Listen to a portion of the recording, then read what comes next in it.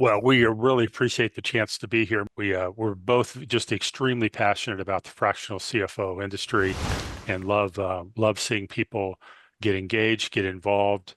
We'll spend some time talking about what fractional CFO is and what it's not.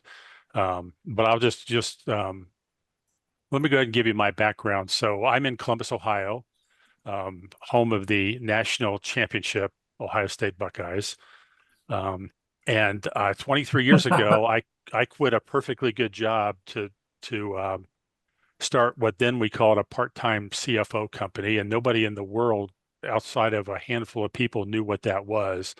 And just been really fortunate to kind of see the industry emerge. And the company I started is called FocusCFO, and there's about 250 people inside of our organization right now. We're in 18 states, I think, and we're just really really proud of the industry and all the people that have laid the groundwork for it before us and after us. And you'll notice Mark and I have a couple of different perspectives. Mark and I is a solo CFO. He's been doing it fractional for a long time. He does it on his own with a handful of people that help me, and I do it as part of a larger organization. So we have a couple of different perspectives, and hopefully that balance will be something that will allow you to get some things out of it that'll be helpful to you as you either evaluate fractional CFO or if you're already doing it, it'll help you enhance your practice. So, Mark? Let me jump in. First, I need to tell you, get on the record that I do love groups, but I am biased. So sometimes it comes across as I'm not necessarily the most positive guy about groups. So just please forgive me for that if it comes up. Yeah, I've been doing fractional work for quite a while. Then I didn't know what to call it, but when I first started. But now I not only do it, but I also have a course called Freeway to Fractional, where we teach people how to get to revenue quickly if they want to go want to know more about what a fractional CFO is and whatnot. So we can talk about that a little more at the end. There's actually some free training I'm going to offer you towards the end of the meeting. So happy to have you here. We're going to skip this because we have so many people here, but I'm going to do a shameless plug. Brad and I do a stop by my office for the FENG on the third Wednesday of every month, which sort of correlates with this meeting. But we address all kinds of topics that we believe are helpful to people that are looking at becoming fractional or are involved in fractional. We had a great discussion today on 5 mind shifts from a friend of ours, Nancy Fox, today, and it was phenomenally fun. So, this isn't exactly what the agenda is going to be because it changes as we find speakers and things come up, but we really have a very nice conversation once a month about what fractional is and try to help people understand the pros and cons and what, how to set things up and all these things. So please consider joining us on that. And it's in the newsletter every night. So you're welcome to join us. It's already been said by Don, but this is the time to participate. Please jump in. You can do it through the chat. You can, throw something at us. We don't care. Just get our attention, raise your hand. We'll be watching for it. So it'll be good. And the recordings, with all the recordings were Fathom and whatnot. I don't know if we have to say this all the time, but this will be recorded. So don't say anything bad about your boss or your wife or anything like that. So we're good. I'm bouncing right through this, but we'd really like to know who we're talking to. So let us know a little bit about your background. Just type it in, you're an ABC or ABNC, but I'd just like to know who's there, and it helps me to follow up with you if there's some way we can help you. So that's good. I think we're finally doing a slide where I think I need you, Brad. So here we go. Well, and it's interesting, the phrase fractional. I mean, the first time I heard it was kind of just before COVID, probably 2018 or 19, and this what you see here, a guy named Ben Wolf wrote this book. It was during COVID that he wrote it, and it was really the first major publication I had seen about fractional. And I think it's important to kind of level set here that to differentiate what fractional is and what it's not. And the way the industry defines fractional is what you see on the screen. So, those of us that have been in the corporate world before are used to, we have a W-2 job. We go we're for one company. We go there Monday through Friday, and we perform the CFO role or the VP of Finance role or whatever it is. What fractional is taking that work week, and to make it simple, dividing it into chunks. So different than like consulting where you go in and do a project that has the beginning and the end, or different than maybe something that's outsourced where you're not really embedded inside the company, but you're providing a service kind of from the outside. A typical fractional executive will work with 3 to 7 companies on a recurring basis on a semi-regular schedule. So what the business gets is they get a portion of the executive's time at a fraction of the cost. So that's kind of where the word has evolved from. And we get a lot of people on some of these calls that what they're really interested in is consulting, or they're really interested in interim. Interim, you're going in, you're going to be a CFO for somebody for 30 to 60 to 90 days until they find a full-time person. That's not what this is about. And it's really not about consulting, even though fractional by definition is a number of projects that kind of recur. It's really like being hired into a company on a full-time basis where you're not there all the time. And a lot of the businesses that we work with, the CFOs might work 4 days a week, and they work with 4 different clients 1 day a week. So, but you hear about fractional related to CFO, you hear about HR, you hear about IT, you hear about marketing.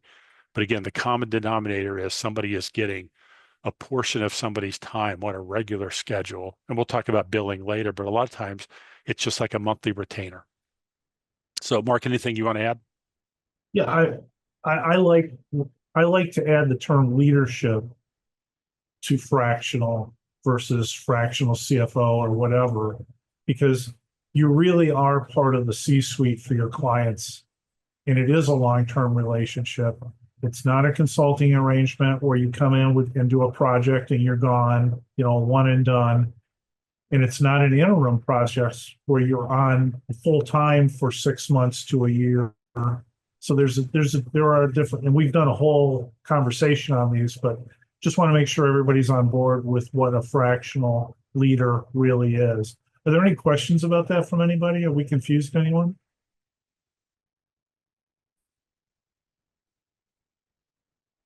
Sounds good. Well, we're going to jump into 4 items, and I like to say this. These are the 4 we thought of. It's sort of fluid. Tomorrow, if you ask me what the 4 things you should know, it may change, but these are the 4 we're going to concentrate on today. Brad, you want to start with this? Well, the idea about understanding your service and value, what it really means is to recognize what you are really good at, and to try to find a lane where that you are doing something that you enjoy with businesses and organizations that you like, and they are paying you the proper value for the service that you provide. And so, sometimes we look, and when we all start our fractional CFO practices, we're looking for different types of clients, and sometimes we have to take different clients before we figure out which ones we really want. But if you are a really strong, corporate FP&A person or corporate finance director that can really work for, a mid-market size business, 20 to $50 million, that's you need to try to find those types of clients, and you need to be compensated for that at a proper level. And sometimes we hear about people that's really their expertise, but they end up taking engagements where it might be a $2 million company and what they're really doing is bookkeeping and they're underpricing what they do. And so none of that is fractional CFO, but what you really want to focus on at this stage in our careers is making sure that we are doing the things that we really, really enjoy to do. Because nothing is worse than, and look, a lot of us have been stuck in jobs in the past where we're not doing something we enjoy. At this point in our careers, we have tremendous experience. We deserve the opportunity to do what it is that we love to do with people that we love to do and to be compensated for it fairly.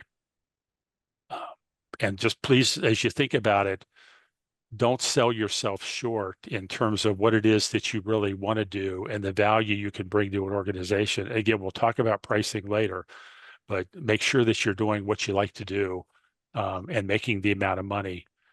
Because we all didn't make a decision to leave the corporate world to go back and do something else that we don't enjoy and we're not being properly paid for, properly compensated for.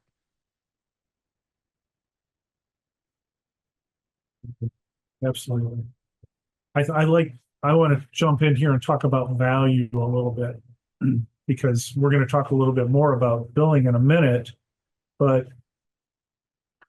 if you really start thinking about the value you bring to your clients, all of a sudden you're not a commodity, right? So are you going to increase the value of their business by millions of dollars? If you are, how hard is it for them to pay you $7,000 to $10,000 a month to be part of that? So we want to start absolutely focusing on value and not time and days. I mean, it's the easiest way for people to understand things as far as, we all grew up thinking that way. But if we really need to get into the value mindset of our business, I like to talk about, I use an example, when somebody goes to the hardware store and buys a drill, they don't care about the drill as much. They bought it because they want a hole, right? And we love to talk about the hole and not the value, or the drill, but not the value of the hole. So I don't know if that's helping anybody, but it helped visualize it for me. Any thoughts from anybody? Any questions? Anything come up? You can just chat those in because we do want to make sure that the things that we're talking about are things that are kind of relevant, and hopefully some of these points that we go through will trigger questions or trigger thoughts for you. I'll jump in and say, when I started thinking about value, my entire practice changed, but it took me years.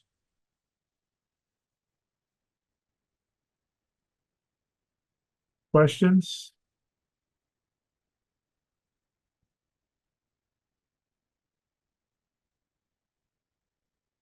All right. All righty. We'll keep going.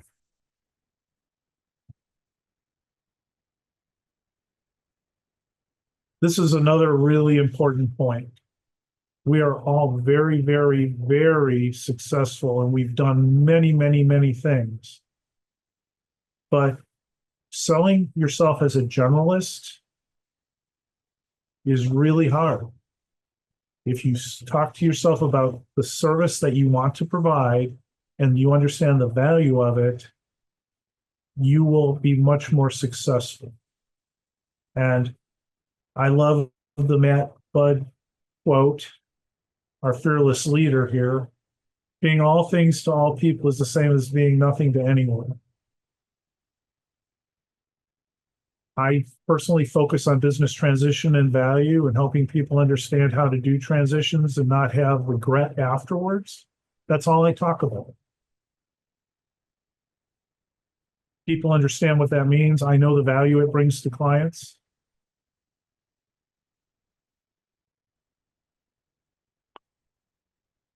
Mark will make a comment. So I remember, look, and I'm a CFO by training. That's what I did for the first 18 years of my career. But in the 23 years of working of FocusCFO, I've actually never worked with clients. So I'm a business development guy, so I'm out in the market all the time talking to people. And when I talk to people, I always try to understand what it is that they do. And I remember once I was talking to a guy who was an attorney, and I said, "So what exactly is it that you do?" And he says, "Well, I can do pretty much anything." I'm like, "Anything? What do you mean everything?" He said, "Well, I can do corporate stuff, I can do estate planning, I can do all these different things." I'm like, "Well, what size company do you work for?" And he's like, "Well, I can work with any size company." Fast forward, shortly after that, I met with another attorney, and I said, "So what exactly is it that you do?" And he said, "Well, I work with closely held construction companies that are trying to go through a transition. And most of my companies are between 10 and $50 million of sales." So just think about which one of those was more memorable in terms of, as I recognize things, if, in my going around town, would it be easier for me to remember the generalist who says he can do everything for everybody, or the person who was very specialized in what it is that he was good at and what he was passionate about and what he had a track record of doing? Um, and I just believe that we're all better off, as Mark just said very well, to be very specific about what it is that we want to do. Because when you say what it is, when you really understand what you want to do and you say it and you start to verbalize it and you start to have success with it, you build tremendous credibility and people think of you. Hey, Brad and Mark, we have a couple questions. If I can jump on them real quick. Please. The first question is, what is the biggest challenge to becoming a fractional? And the second one is, how does the fractional model work for the clients if they're only receiving 1 day per week of support? Most businesses operate 24/7 or at least needs more attention than just 1 day per week. So, Mark, you want to take the second one? How does the fractional model work for the clients if they're receiving only one? Because you've got just a huge track record of what you've done with your clients. Well, I'll start out with most of the clients in the range that I work with, or that most of us will work with, because it's where most companies are in that $5 to $20 million range, and they really can't afford a full-time CFO. Or they really don't have a need for a full-time CFO. Now, if you start confusing a CFO with a controller, and somebody that's in there in the trenches every day fighting for reports, you're probably not on the same page as we are. Okay. So if you're really looking for someone that's going to come in, review what you have, help you improve your systems, processes, and people, make suggestions, and set strategic goals for you, most of these businesses, that is a 1 day to or less, 1 to 2 day a week kind of project. So it doesn't mean I don't take a call on Saturday when somebody's having a heart attack, right? And I'm available to them if something happens. I want them to call me before it gets worse, but my commitment to them is a portion of my time.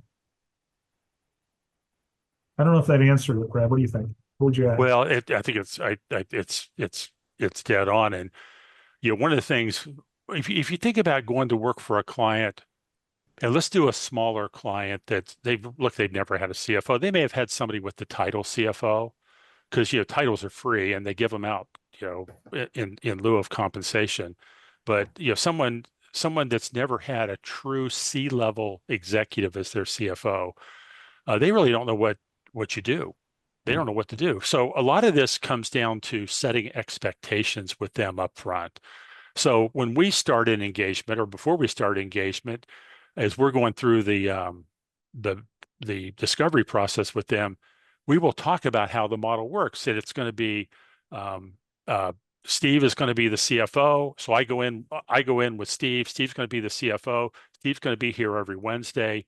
And what we'll say is, look, we're available kind of during the week for an occasional email or phone call. But what we want to do is get them into a routine where that when we show up on Wednesday, they've kind of pulled together an issues list of the things that are important to them or the things that have come up, and we deal with them on Wednesday because look, 99% of the things that come up are not critical and urgent. And so that's the routine that you get into. So we'll typically, when we start an engagement, we'll set that expectation. And then when we show up on Wednesday, oftentimes we'll go in, the first thing we'll do is sit down with the business owner. Hey, Tom, how'd the week go? It's kind of what's going on, anything on your mind? And we might spend an hour or something with them then. And some of the issues that they were carrying forward, we'll start to address then we do our work, and then we kind of meet with them at the end to kind of recap the day. So it's really conditioning them to get into some type of an operating rhythm where that we define exactly when we're going to be available and how it's going to work.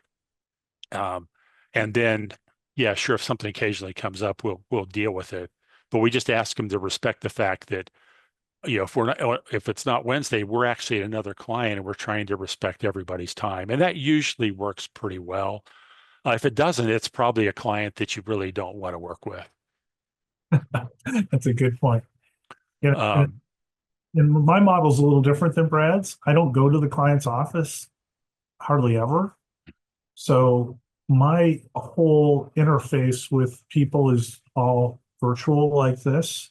And I might have 2 or 3 meetings throughout the week with a client, and it's a little more spread out. So it just works for my clients better. But I'm only putting in so much time. I keep track of it, and we're going to talk about retainer pricing here in a minute. So I think it really just comes down to, if they needed a full-time CFO, they should pay not a fraction of the price for the CFO. They should pay 100% of the price for a CFO. And most people, again, don't need that. So yeah, and one of the things there are lots of different ways to do fractional. And so Mark has a way we do it. 85% of our clients were on site on a regular schedule. There's other people that do it completely remote. There's just whole different ways to do it. But a lot of it is just, what people individually want to do. And look, there's pros and cons to each one. But let me take one of the other questions. So there's a question here that says, what's the biggest challenge for being a fractional? Look, in my, I think there's probably 2. And the first one is, it's the thing that we talked about in the first slide, which is just being highly confident about the value you bring and knowing exactly what you want to do. Because you really do want to begin to define that. That's a challenge. The other challenge that I've seen in all my years, business development is just for some people it's natural, and for some people it's not. And business development doesn't have to be hard.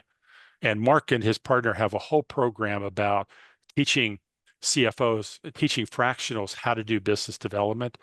The challenge is some people just don't want to put the work in to do it. And so that's a little bit different, because our model, we have people that find the clients for the CFOs.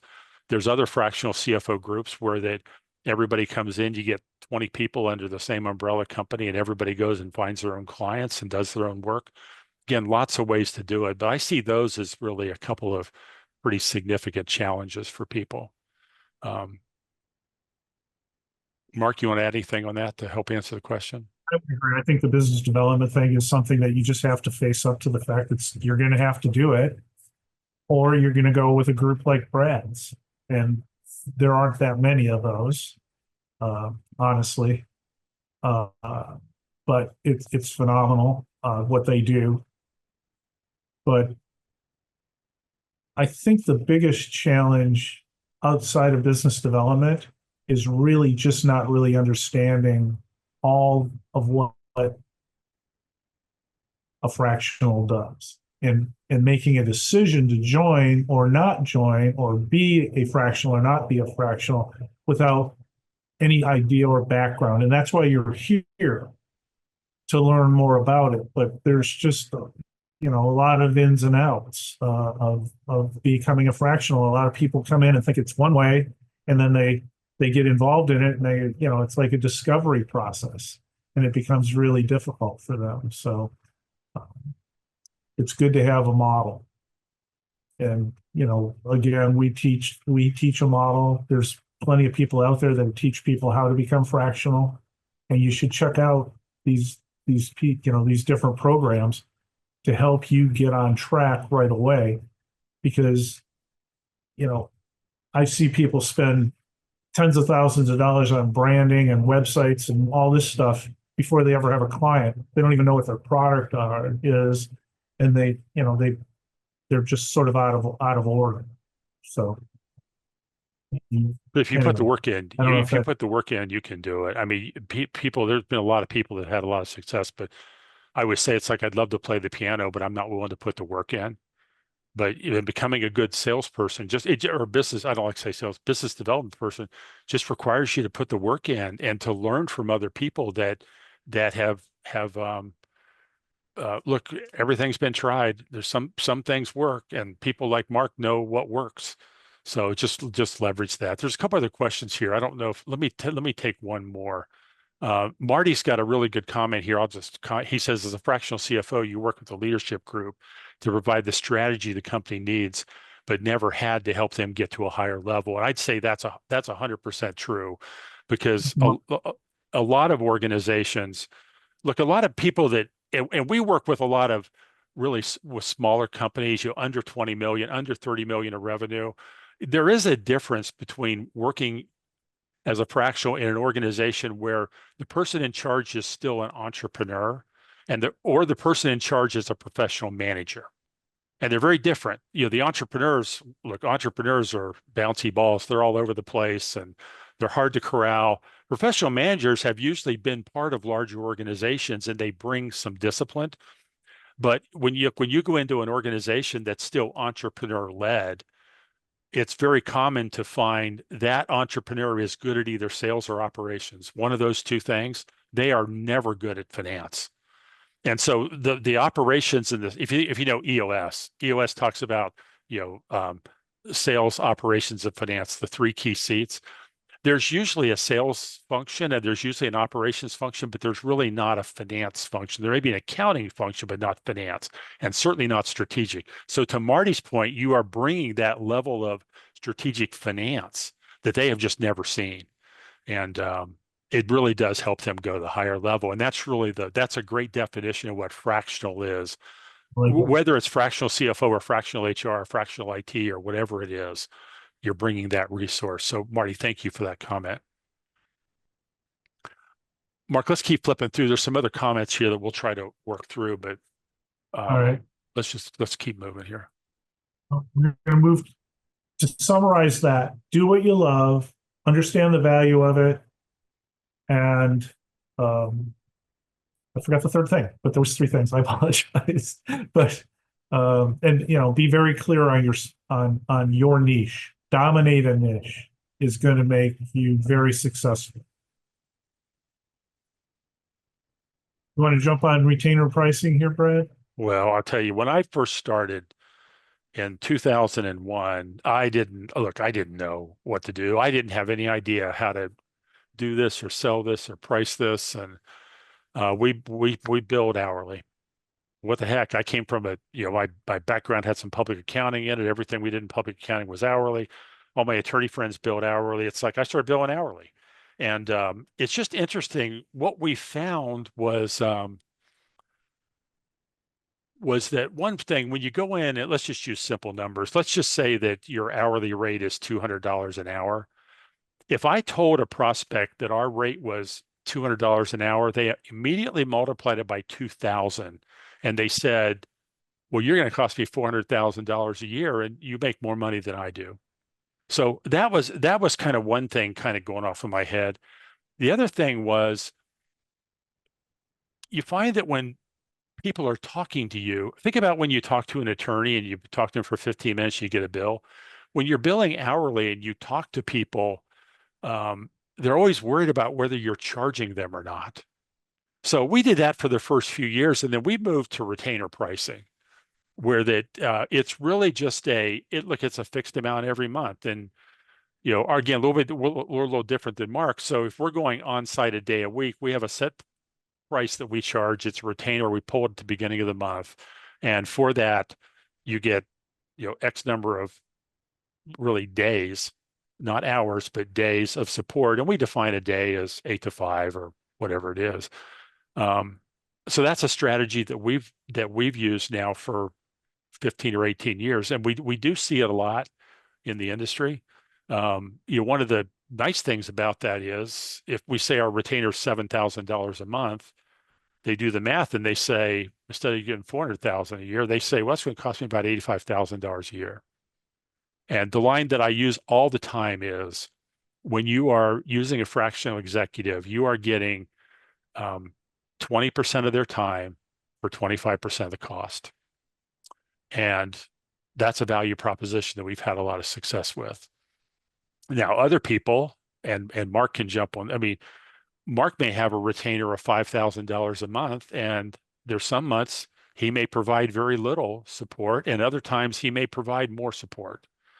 So it kind of ebbs and flows over the relationship, and it's really just up to him to manage it.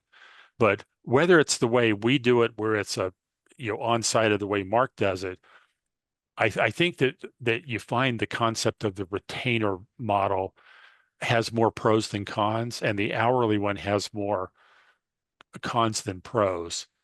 And then project billing, again, we're not really talking about projects, but there are people that do, whether it's project or deliverable, they're going to do, if it's a budget, they're going to charge you $3,000.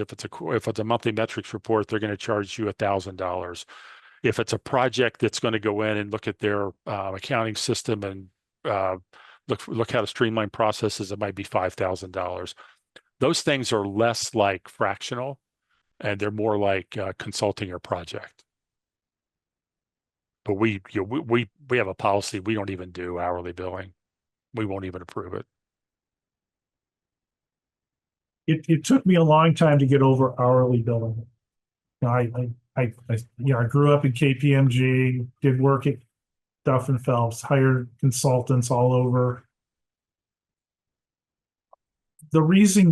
I think the most important reason you don't want hourly billing is if you're selling hours, and I'm going to bring this back to my favorite topic, you're not selling your value and you become a commodity.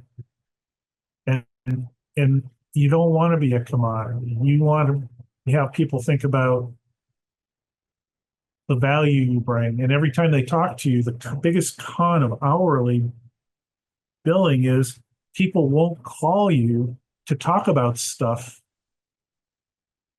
until it's too late. And it's much more expensive in the long run. They're trying to save $300. You could have told them in 3 minutes what to fix, and you don't find out about it. And I know it doesn't make any sense to us, but that happens all the time.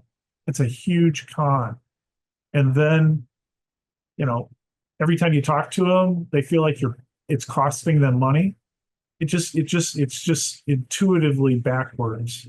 And I really encourage you to figure out what your value is, and then charge appropriately, But I put projects on here because that's how I sell. I sell a valuation project when I first meet somebody. I don't have, salespeople.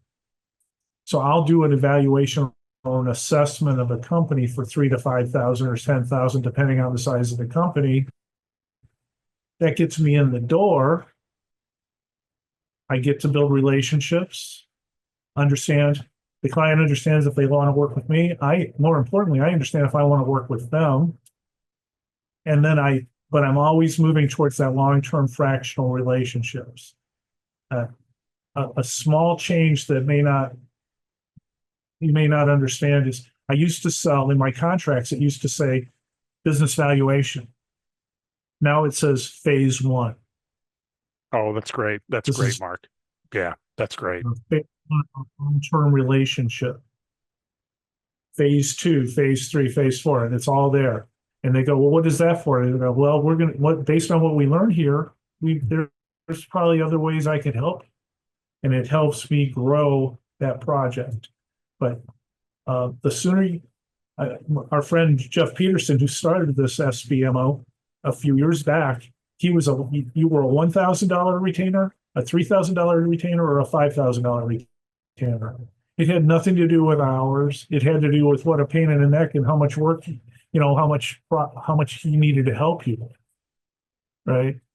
So that's what retainers are all about, and it's much, much easier. And I don't know if I have this in here. If you're doing retainers, you can actually estimate how much money you're going to make this month. Because if you're sitting around waiting for the phone to ring for somebody to need you, you're going to be lost. You're never going to be able to have a budget. So that's another side benefit.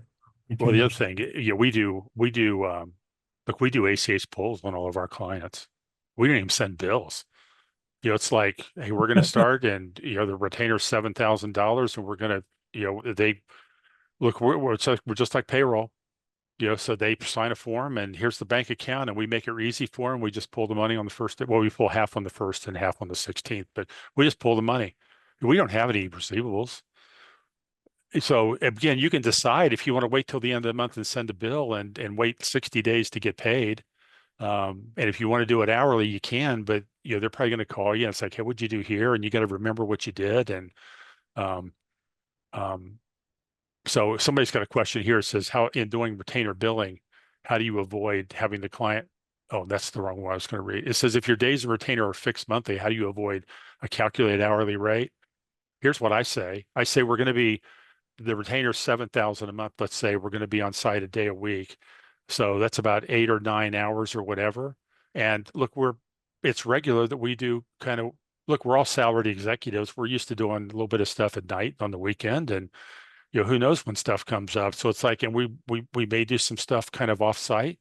When we start engagement, we might invest a little bit more time because we want to learn the business, and we're willing to do that kind of on our nickel. So we're kind of getting credit for them for investing the time, and look, and eventually it just becomes a non-issue. And look, it's not perfect, and there may be people that do that math, but I'm going to tell you, if you're working with a client for 4 months and they're doing that math on your invoices or your retainer invoices, either you're not bringing enough value or it's not the client that you want, because look, we're really particular about the businesses we work with. And we just don't want to work with people like that.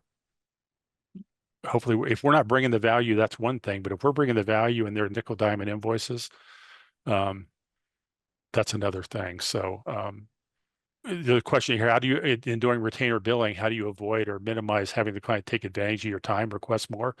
Well, if they start to request more, you just say something like, hey, look, we need to get some more. We need to bump the retainer a little bit. I mean, you manage that yourself. You keep track of it. If you're billing $5,000 a month for retainer and they're constantly asking for more, it's like, hey, we need to bump this to $7,500. And then they'll decide if they want to do it or not. But ultimately, you're in control of that stuff. And to me, it goes back to just setting expectations. Because if you don't set the expectation at the beginning, they very well may take advantage of you. So you just got to figure out where to draw the line. Yeah, and for me on that, it's usually not CFO work. So I have a financial analyst I work with.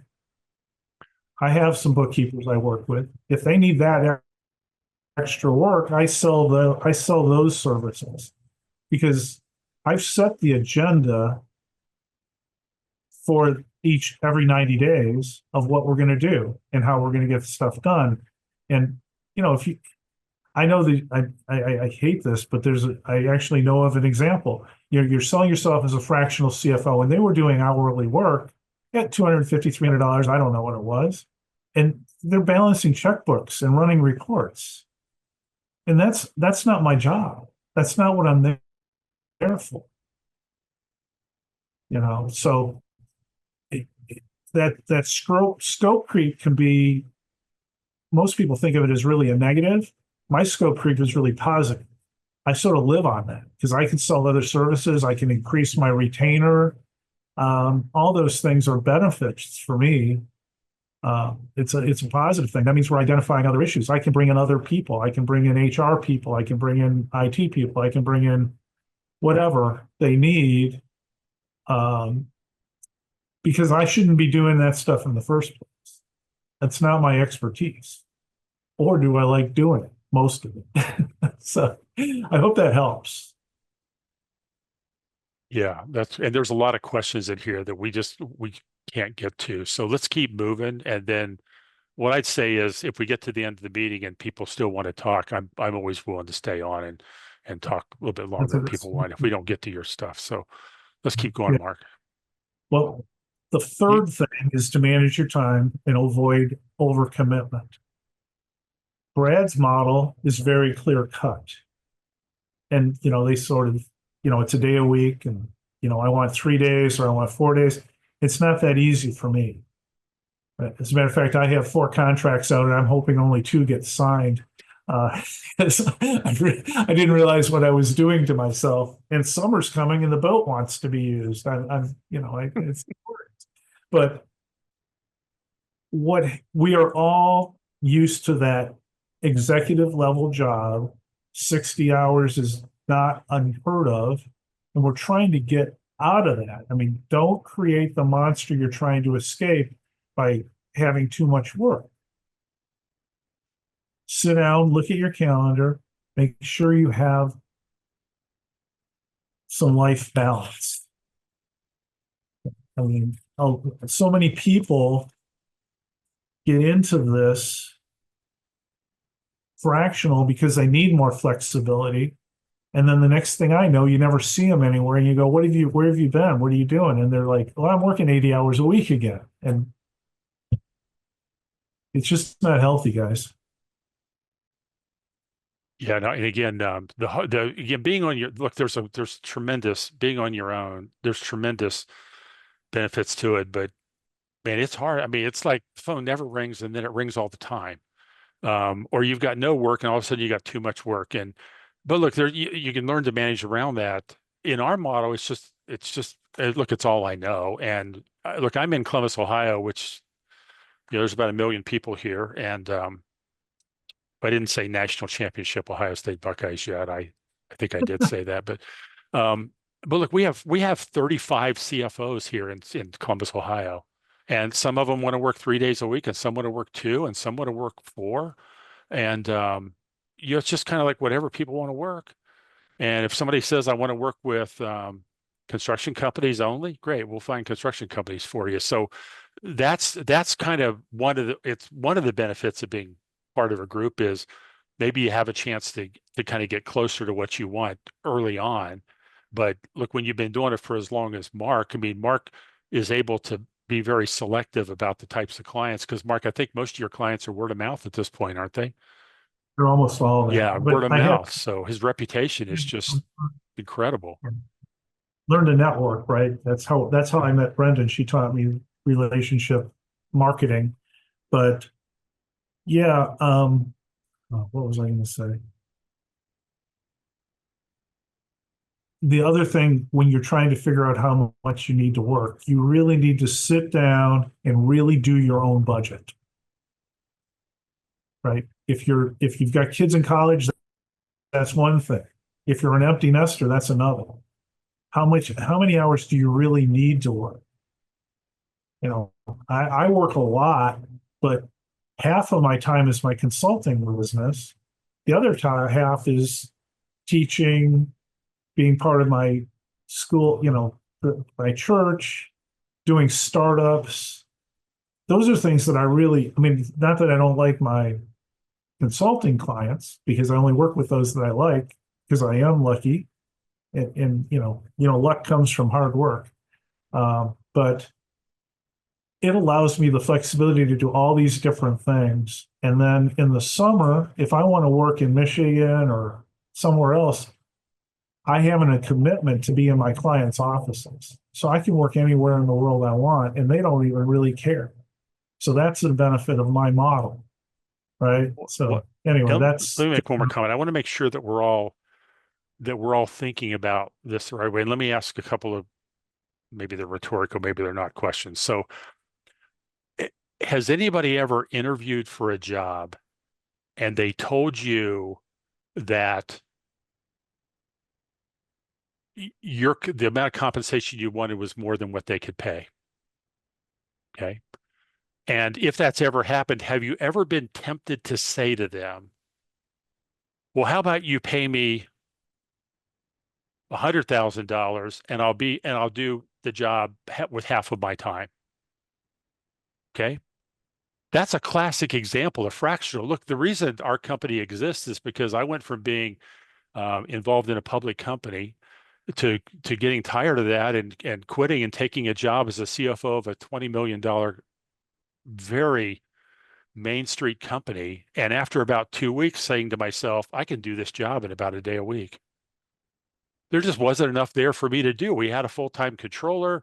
The company there wasn't that much going on strategically. And I'm not the smartest guy in the world, but it's like I was bored 4 out of 5 days a week. So it's like, that's fractional. That's fractional. And I would imagine if I'd gone to them and said, hey, instead of paying me, it was probably 200 grand at the time, if you'll pay me $50,000, I'll come in 1 day a week and I'll do all the stuff that I'm doing, and you don't have to pay me for the rest of the time. That's really what fractional is. And it's really just like getting a salary for the amount of time that you're there. And so just keep that in mind as you think about it, because there's a lot of things in the chat about retainer pricing and hourly billing and stuff. It's really, you're just getting that comment I made. You're getting 20% of somebody's time for 25% of the cost. And if you can replicate that across multiple organizations and you get those engagements and you're there for a long time, that is truly what fractional is all about. So I have to say, this is actually a picture of Mark from 1983, just so everybody knows. Okay, it's really not, but it could be. I look a little bit like that guy, but yes, when we think business development, we all think this guy, the car dealer, right? And nobody wants to be that, right? So that's why Brad's model works so well for him, because he has business developers that love to do that. And as we know, nothing happens until somebody sells something. I mean, that's the bottom line. So the reality is you have to have a process for business development. And it doesn't have to be this sort of sleazy thing, right? It's just, I saw all through relationships and helping other people. So I don't think we have to do much more on this, Brad, but you're certainly welcome to add. Look, I could talk about this all day long. Look, I'm like all of you, I'm just a finance guy, but I am so passionate about trying to help people. Look, I never get up in the morning trying to sell anything. I get up in the morning trying to figure out who I can help today. And I figure if I help enough people, it's going to come back to me. And I just have enough experience at this time that I have sat down, I have been introduced, we don't do any cold calling ever. All we do is network. Attorneys, bankers, CPAs, business coaches, wealth advisors. It's like I probably have 30 of them around Central Ohio they're my friends, longtime friends. And I know them, I know their family. I take an interest in them. They know my family. We've just become friends. And so I find opportunities for them and they find opportunities for me. And to me, that's what business development is. It's about trying to help people. But look, I have been introduced to enough business owners because look, I don't care what anybody tells you. Running a business is way harder for people than anybody thinks it's going to be. Okay. People start businesses because they're passionate about something and they've got an idea. And then all of a sudden, 6, 12, 18, 24 months, the finance stuff hits them in the face and they don't know finance. And now all of a sudden, they've got their entire net worth in some business and the banker's asking for something that they don't understand, or the CPA's asking for something, or they can't figure out why their tax return says that they owe taxes, but they don't have any money in the bank because they don't understand working capital. They don't understand this. And I have sat down with enough business owners that when I said, hey, look, this is what we do. And we're going to take the financial side of the house and we're going to make it world class. And you're not going to have to worry about it. And all you have to do is get up and do exactly what you want to do every day. They start to cry. They start to cry. It's that much of a relief for them. And I think if you go into it really understanding, like, it's not about us, it's not about what we want, it's about who can we help today. And if you can get to the people that you can help, you will change their lives. And you don't do that by trying to push your agenda. You don't do that by going in and saying how great you are. You get that by getting really good at asking questions and being a really effective listener.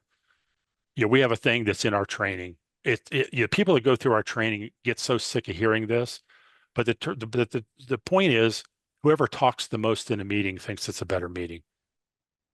And we have little cards that we all carry around in our wallet that says "Stop talking," to remind us to not talk all the time.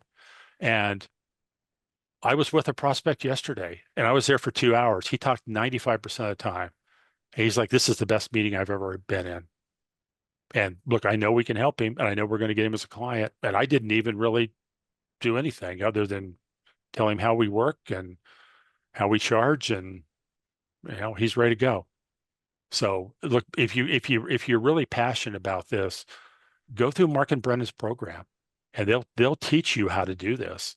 And if you don't want to do that, then talk to us or talk to somebody like us and do it. But we just want you to have the chance to, at this point in your career, to live your best life and do what it is that you really like to do. And if you want to get good at business development and have your own practice, great. There's more than enough room in the industry for thousands more people to do this.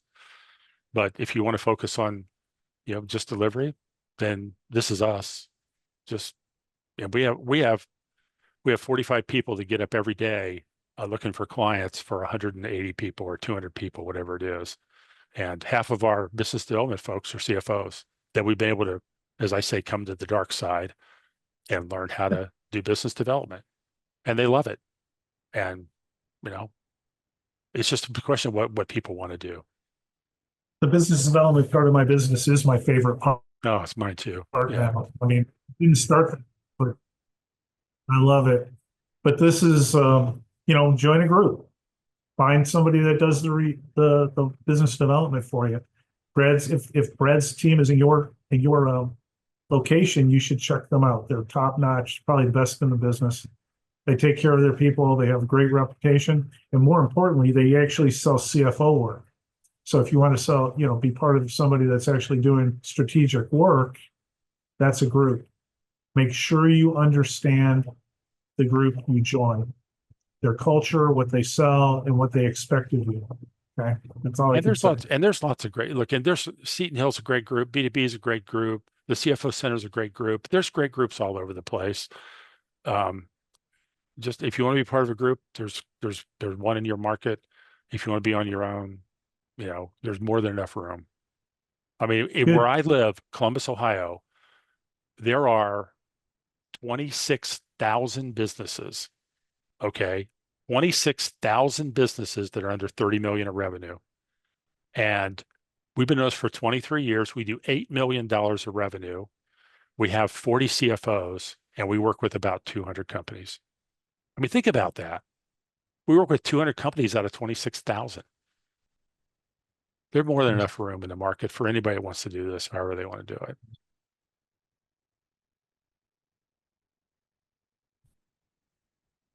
All right, let me see if there's any more questions here. We're done. We're right up against it.